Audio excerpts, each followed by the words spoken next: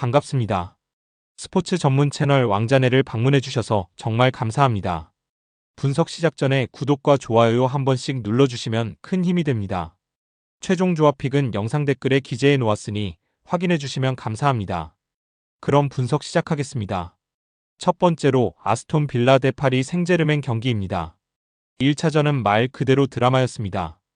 프랑스 파르크 대 프랭스에서 시작부터 빌라는 모건 로저스의 깜짝 선제골로 분위기를 끌어올렸습니다. 경기장을 찾은 영국 왕세자 윌리엄 왕자도 이 장면에 열광했죠. 하지만 이후의 흐름은 완전히 PSG 쪽으로 넘어갔습니다. 두에와 크바라츠헬리아가 각각 멋진 골을 넣었고 경기 막판 92분에는 누노 멘데스의 마무리까지 더해져 3대1. 빌라 입장에선 뼈아픈 결과였습니다. 물론 두 골 차는 챔스에서 뒤집기 불가능한 점수는 아닙니다. 하지만 이 차이는 실질적으로 굉장히 큽니다.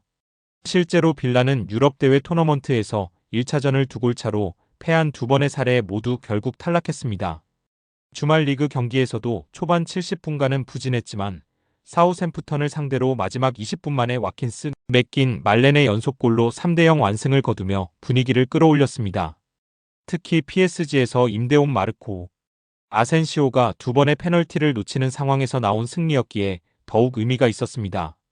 빌라는 현재 프리미어리그 순위로도 챔스 진출권을 노릴 수 있는 위치에 있고 무엇보다 빌라 파크 홈에서는 17경기 연속 무패, 최근 4경기 연속 홈승, 그리고 최근 8경기 중 7경기에서 최소 2골 이상을 기록하고 있습니다. 에메리 감독은 유럽대회 홈경기에서도 최근 13경기 중 11승이라는 엄청난 기록을 자랑하죠. 다만 PSG도 예전과는 분위기가 다릅니다. 조별리그 초반 부진했던 팀이 어느새 챔피언스리그 우승 후보로까지 거론되고 있습니다. 갈락티코를 내려놓고 루이스 엘리케 감독과 루이스 캄포스 단장이 중심이 된 젊은 PSG는 팀으로서 훨씬 조화로운 모습을 보이고 있습니다. 물론 우려도 있습니다. PSG는 챔스에서 1차전 2골차 승리 후 탈락한 적이 3번이나 있고 2017년 바르셀로나 원정 6대1 대참사는 아직도 회자되고 있죠. 만약 이번에 빌라에 역전당한다면 챔스 역사상 4번째로 2골차 승리 후 탈락하는 첫 팀이 됩니다. 하지만 이번 PSG는 리그에서도 이미 리그왕 우승 확정, 주말 경기도 쉬면서 체력을 온전히 비축했습니다. 올 시즌 원정 경기에서는 16연승, 그 중에는 리버풀 원정 승리도 포함돼 있죠. 경기 흐름은 빌라는 초반부터 강하게 밀어붙일 가능성이 큽니다. 하지만 그럴수록 PSG의 빠른 역습과 측면 돌파에 노출될 가능성도 커지죠. 특히 크바라츠헬리아, 두에, 그리고 비티냐의 공격 조합은 공간이 열릴 때 더욱 위협적입니다. 빌라도 홈에서는 화력이 강하므로 양팀 모두 득점 가능성은 높습니다. 추천픽은 오버입니다. 두 번째로 보루시아 도르트문트 대 FC 바르셀로나 대결입니다. 도르트문트는 바르셀로나를 상대로 그야말로 리버스 리몬타다를 만들어야만 합니다. 1차전 결과는 충격적인 0대4 완패. 바르셀로나가 한 발 먼저 4강 진출을 예약한 상황입니다. 현재 바르셀로나는 과거 MSN 트리오, 메시, 네이마르, 수아레스 시절을 떠올리게 할 정도로 강력한 공격진을 보유하고 있습니다. 지금의 공격 조합은 하피냐, 라민, 야말, 레반도프스키. 1차전에서는 이 셋 모두 맹활약했죠. 특히 레반도프스키는 친정팀 도르트문트를 상대로 멀티골을 터뜨렸고 하피냐는 메시가 보유한 챔스 단일 시즌 최다 공격 포인트 19개의 어깨를 나란히 하며 팀의 중심 역할을 해냈습니다. 이 정도면 바르셀로나가 이 경기를 지배했다고 해도 과언이 아닙니다. 현재 도르트문트의 시즌도 썩 좋진 않습니다. 최근 경기력 역시 꾸준하지 않고 홈 경기 성적은 더 실망스럽습니다. 최근 홈 12경기 중 단 3승, 바르셀로나와의 조별리그 홈 경기에서도 2대3으로 패했죠. 유럽 대항전에서 바르셀로나 상대 6경기 무승, 유일하게 더 긴 부진은 90년대 레인저스와의 7연속 무승뿐입니다. 주말 경기에서는 바이에른 뮌헨을 상대로 2대2 무승부를 기록하며 어느 정도 자존심을 회복했지만 그건 어디까지나 리그 경기. 챔스 8강 2차전이라는 극한의 압박과는 또 다른 이야기입니다. 반면 바르셀로나는 올 시즌 모든 대회를 통틀어 2025년에 단 한 번도 패배가 없고 현재 24경기 무패 행진 중입니다. 이미 수페르코파 우승을 차지했고 라리가 1위, 코파델레이 결승 진출, 그리고 챔스 4강 눈앞이라는 사관왕을 노리는 시즌을 만들고 있습니다. 경기 흐름은 도르트문트는 무조건 초반부터 강하게 밀어붙일 겁니다. 하지만 그럴수록 바르셀로나의 빠른 공격 전환에 취약할 가능성이 커지죠. 야말과 하피냐의 스피드는 도르트문트 수비에 큰 부담이 될 수 있고 레반도프스키는 언제든지 찬스를 골로 바꿔줄 선수입니다. 도르트문트도 홈에서 최소한의 자존심 회복을 위해 득점에 나설 것입니다. 추천픽은 오버입니다.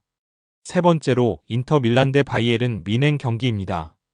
피언스리그 8강 2차전 인터 밀란이 2대1의 리드를 안고 바이에른 뮌헨을 홈으로 불러들였습니다. 1차전에서 인터는 알리안츠 아레나에서 값진 승리를 거두며 4강 진출에 유리한 고지를 선점했죠.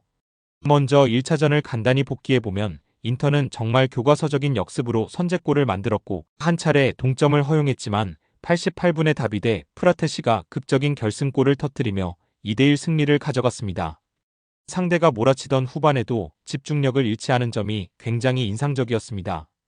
이 승리로 인터는 챔피언스리그에서 5연승 그리고 홈에서 14경기 연속 무패라는 강력한 흐름을 이어가고 있습니다. 특히 이 기록은 현재 챔피언스리그에서 가장 긴 홈 무패 기록입니다. 산시로가 어떤 곳인지 상대팀이 뼈저리게 느끼는 구간이죠. 이번 시즌 인터는 단지 이 경기뿐 아니라 전 대회를 통틀어 12경기 연속 무패 세리에 A에서도 선두를 굳건히 지키고 있습니다. 지난 주말 칼리아리와의 리그 경기에서도 3대1로 완승을 거두며 분위기를 유지했죠. 전력 측면에서도 긍정적인 통계가 많습니다. 인터는 챔피언스리그에서 1차전을 이긴 23번 중 21번 다음 라운드로 진출했습니다. 물론 작년 아틀레티코 마드리드와의 경기처럼 변수는 존재하지만 그만큼 경험이 풍부하다는 뜻이기도 합니다. 바이에른은 전통적으로 강팀이지만 최근 분위기는 썩 좋지 않습니다.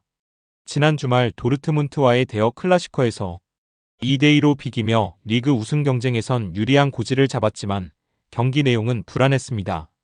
결정력 부족과 수비 집중력 저하가 반복되고 있죠. 게다가 1차전 패배는 바이에른이 유럽 대회에서 홈에서 진 첫 경기였고 그 전 마지막 홈패는 무려 4년 전 파리 생제르맹과의 경기였습니다.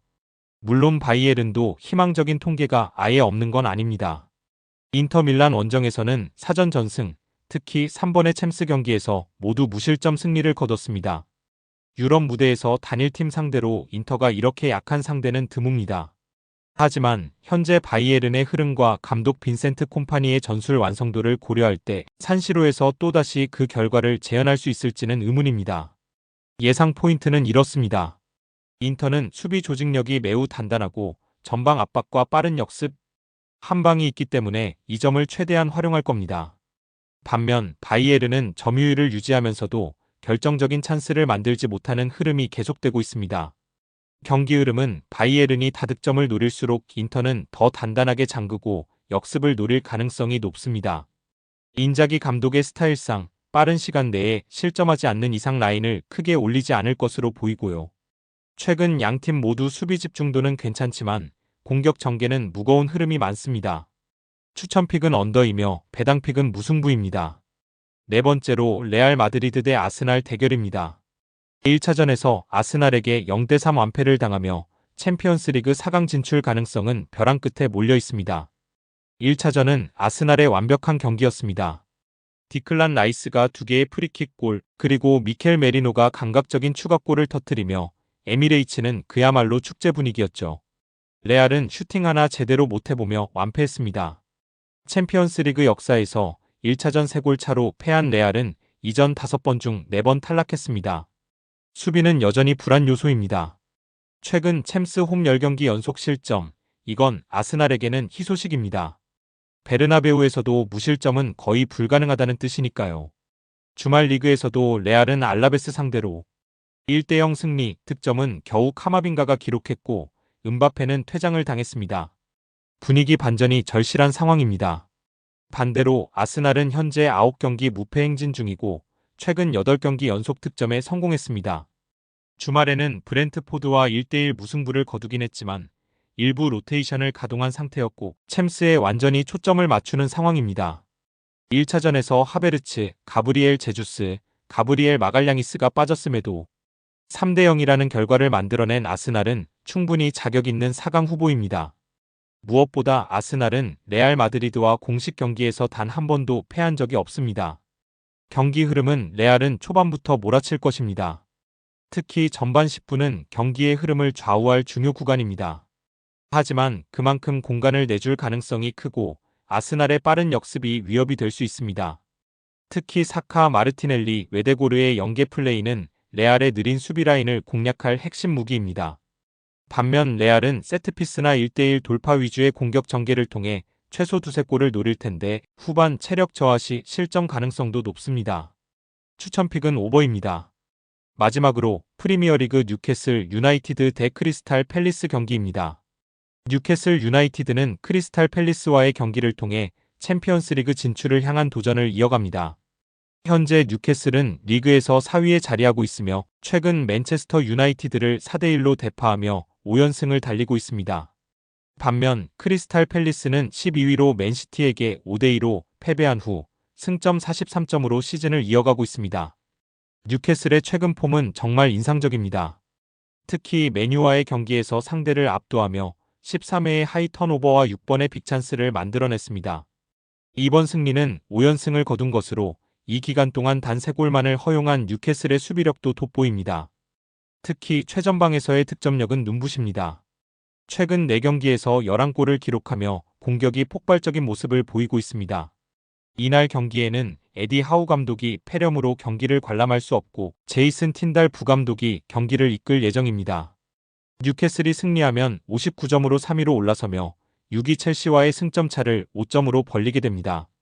이로 인해 챔피언스리그 진출 가능성이 더욱 높아질 것입니다.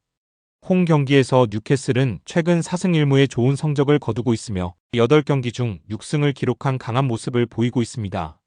크리스탈 팰리스는 맨시티와의 경기에서 2대0 리드를 잡고도 결국 3대2로 패배하며 아쉬운 결과를 남겼습니다. 그러나 팰리스는 최근 18경기에서 4번만 패배, 그 외에는 10승 3무를 기록하며 매우 좋은 성적을 이어갔습니다. 최근 7경기에서 6승 1무를 기록하며 상승세를 타고 있습니다. 수비에서는 12번의 픽찬스를 허용하며 문제가 있었지만 전체적으로 5번의 무실점을 기록한 만큼 수비 조직은 나쁘지 않습니다. 그리고 수비수 마르쿠스 게이의 복귀가 중요한 변수가 될 것입니다. 게이의 복귀로 수비가 강화될 것으로 예상되지만 뉴캐슬의 강력한 공격을 막기는 쉽지 않을 것입니다. 크리스탈 팰리스는 원정에서 최근 6경기에서 6승을 거두며 무실점 승리를 달성했으므로 원정 성적은 매우 강력합니다.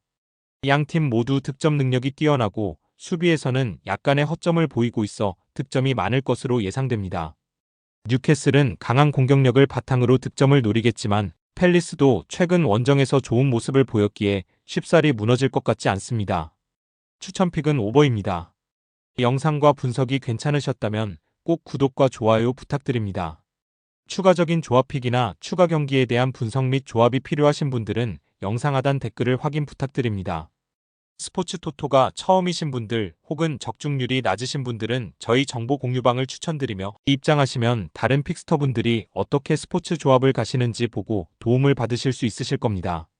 스포츠는 데이터로 분석을 하는 것이며 그 결과에 틀릴 수도 있지만 확률을 극대화시키는 게 목표입니다. 오늘도 저의 영상을 시청해주셔서 정말 감사합니다.